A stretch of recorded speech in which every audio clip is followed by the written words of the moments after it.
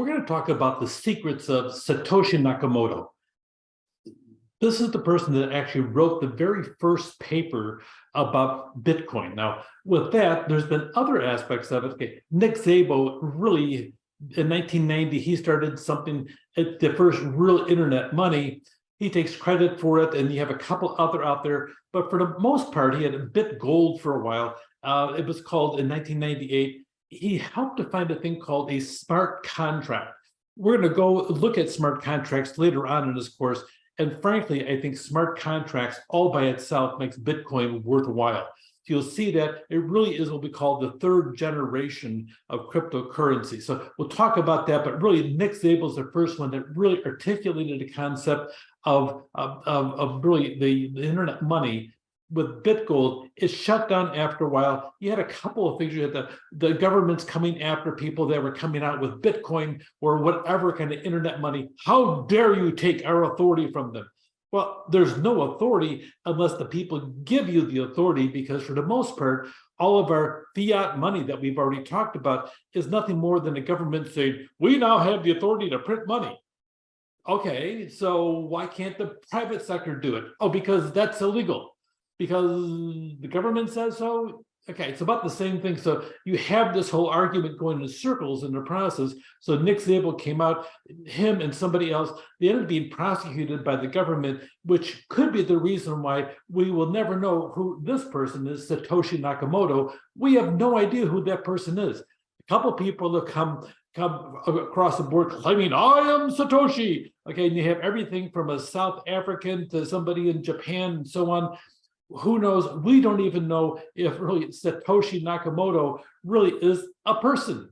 The persona appeared to be involved in the early days of Bitcoin. They really started working on it in 2007. And lo and behold, in 2008, there was a paper that came out, and it really is the aspect of Bitcoin, a peer-to-peer electronic cash system. They published it. The author, nobody knows who the author is. And it's kind of fun to go through and speculate. If you just go on the internet and type in Satoshi Nakamoto, you'll see lots of different people out there all claiming, I am Satoshi. And then people make allegations, and we have no idea who this person, or if it's a man or a woman or they, it could be a group of 7 people. Whoever it is, they came out with Bitcoin, and by now I'm certain they're a billionaire and they have their own island someplace in the South Pacific, and maybe 1 or 2 over the Atlantic Ocean as well. So we'll see eventually that who that person is, maybe not in this life, maybe in the next one, for all we know. Anyway, so the digital currency really came out. It duplicated multiple transactions, but it also had something that was there before. But one of the biggest problems that we had, and we're covering it with a thing called the Byzantine generals, is that whole double spend problem. How do we sit down, and if somebody writes you a check for X amount of dollars, the bank doesn't want to cash that check right away because of the fact that that person could have wrote another check on the same account at the same time for the same amount of money and sucked all the money out with one of the 2 checks. And all of a sudden now the bank is left holding this blank check. It's really a major concern, and you can't blame a bank for doing that, except now the year 2000's passed. We're in a full-blown digital age. 92% of all of our transactions are digital on planet Earth.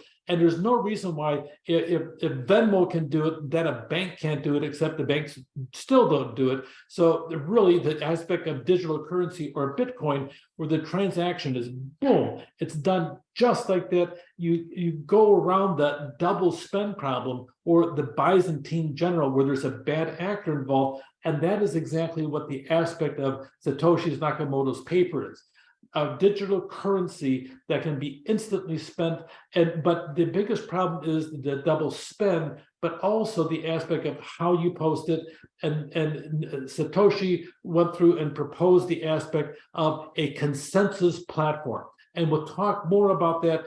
I'm going to mention it more than once, so that way we can all be on the same page with the concept. And when you first hear about this, I don't know about how you're going to deal with this. I had to go back and listen to it and read a little bit about it to wrap my head about the whole concept about the double spend problem, the Byzantine general problem, and the concept of consensus, and why really Bitcoin has the potential to be the currency of the future. but especially the aspect of blockchain. And I'll spend some time talking about that in the near future. And yeah, in most cases, a bank is a third party. They're the big referee in the block, and they're more powerful than the two other parties because they hold all the money, and nothing goes forward without them. Satoshi Nakamoto's paper came out and it knocked out all those third-party intermediaries. Now, there's a couple of realities here. If you're a banker and somebody comes out and they take your lunch, now, in other words, by taking your lunch, this is how I make my money. All of a sudden, you're going to take my money away? I have no way. So I'm going to be poor just like everybody else. I won't be a rich banker. I'll be a poor banker. Oh no, what do I do? You're going to have pushback. You're going to have pushback by every single tool that's possibly out there. You'll have people out there from the third-party people, these intermediaries that have had control for a long time, holding the currency of our very lifeblood of private businesses in their hands, saying yes or no because of the fact that I think I'm going to give you prime plus 3.5%. Oh my gosh, yes, because I have the power. You're not a prime person. You're not one worthy of having the prime rate. So I'm going to jack your price up 3% above what everybody else is paid because you're you and I'm me and I can do it. I'm sorry, I'm not exaggerating all that much. That is the reality of the aspect of banks and this whole third-party intermediaries. You are not going to have somebody propose an entirely different system that excludes them without major pushback. And then the government, that especially the United States, the Federal Reserve note, everything is based upon the Federal Reserve. Okay, so the Federal Reserve now, they're operating as fiat currency based upon the good faith and the goodwill of the United States government. How dare somebody come up and say, well, I have good credit too. I'm called Bitcoin and people can trust me too. And here's my method for people trusting me. You don't need to have trust. You don't need a third party. It's all by itself. We're going to use this critter called blockchain technology. And all of a sudden, we won't need to have you because we have a trustless system, not based upon trust in the system, but a trustless system based upon the fact it's a verifiable system by consensus with thousands of nodes out there verifying it. It's terrifying for all of them. So the kickback, first of all, is regulate, regulate, regulate. And the banks are going, yes, yes, yes, those people out over there. So when we talk about Nakamoto's paper, we're talking about somebody who's proposing a total rewrite of our economic system. And it just depends where you hear it. You'll hear this number again. I've done the research on it. It's interesting how you almost can't get any kind of numbers. But for the most part, for sure, if we all adopted Bitcoin today, we would exclude about 24 to 34% of the entire economy based upon this third-party intermediaries. We have a lot of bankers, we have a lot of CPAs, we have a lot of lawyers that act as a third-party referee. You can trust me because of my degree. You can trust me because of my reputation. You can trust me because I'm going to charge you outrageous fees. That's why you trust me. Well, that's kind of what it is. And so all of a sudden, Nakamoto's paper sat down there and attacked this entire thing. Expect pushback. And that's probably why Nakamoto is in hiding to this day. We will probably really never know this person's identity. It's really this trust-based model. Everybody's worried about the aspect of the risk of fraud and everything else. You have problems out there because the dark web is full of people that are bad actors that are using Bitcoin to go ahead and do transactions because it is very anonymous, which is the strength and the weakness all at the same time. Nakamoto proposed a decentralized approach to transactions. We use digital ledgers, a giant ledger out there, and on top of a network made of thousands of nodes. And the nodes are computers scattered across planet Earth. They're not American computers. They're not Japanese computers. They are computers that anybody can tap to from any part of planet Earth. And you have a whole thing that the mathematicians call Merkle roots and trees. They have timestamps in it. They have incentives. They have cryptography and a consensus mechanism.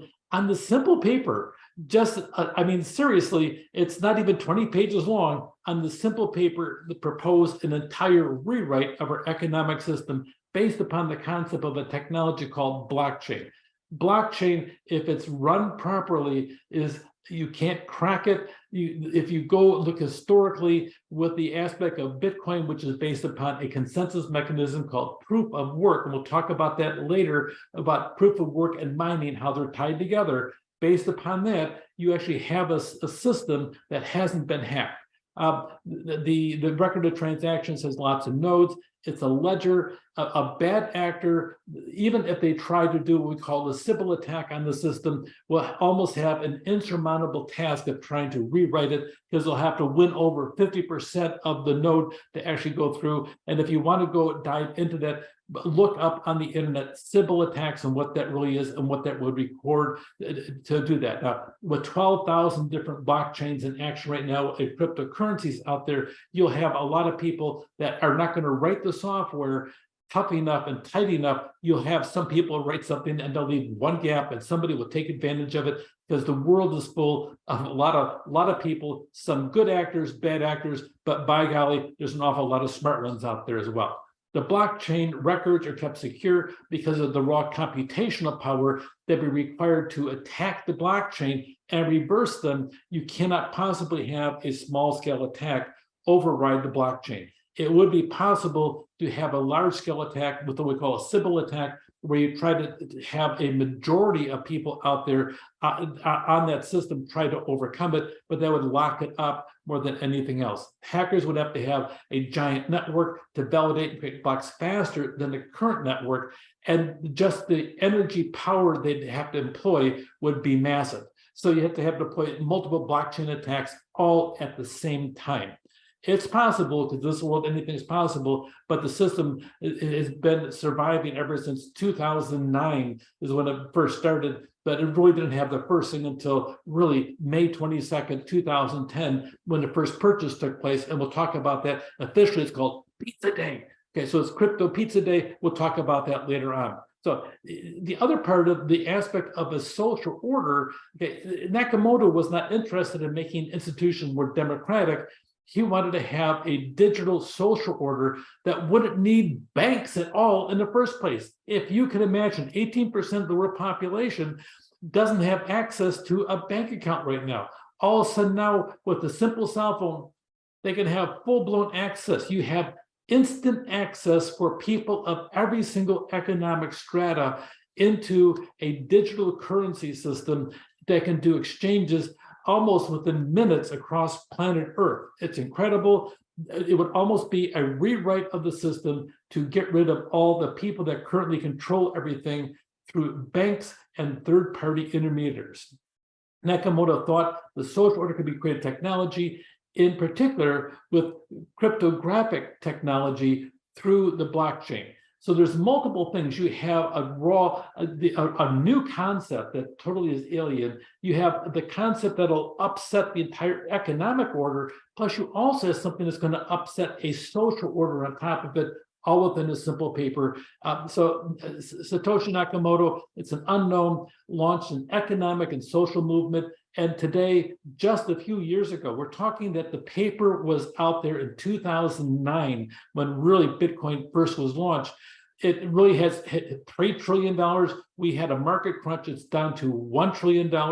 You know, even right now, Bitcoin took a big hit. At one point, it was $63,000 for one Bitcoin. Now it dropped down to 20,000. Now it's crawling back to 24. There are articles out there saying in 2 years, Bitcoin's going to break $100,000. And unfortunately, I don't know. Hopefully it will. But that said, Bitcoin could drop down to 10,000 for all we know. We don't know what the future holds. And Bitcoin is the risky of all your different types of assets. Today, this simple paper launched 12,000 different types of crypto. We'll talk also later on about the aspect, what that means, and how many ICOs, initial coin offerings, survived, because if there's 12,000, there's lots that didn't survive.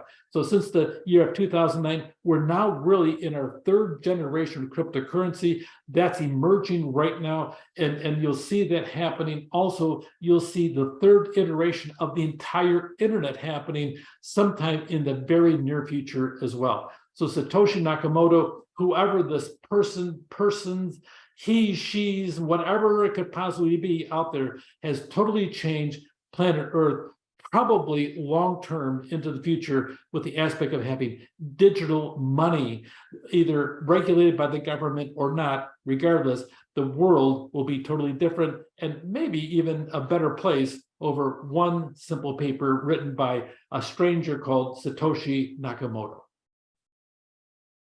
Take care.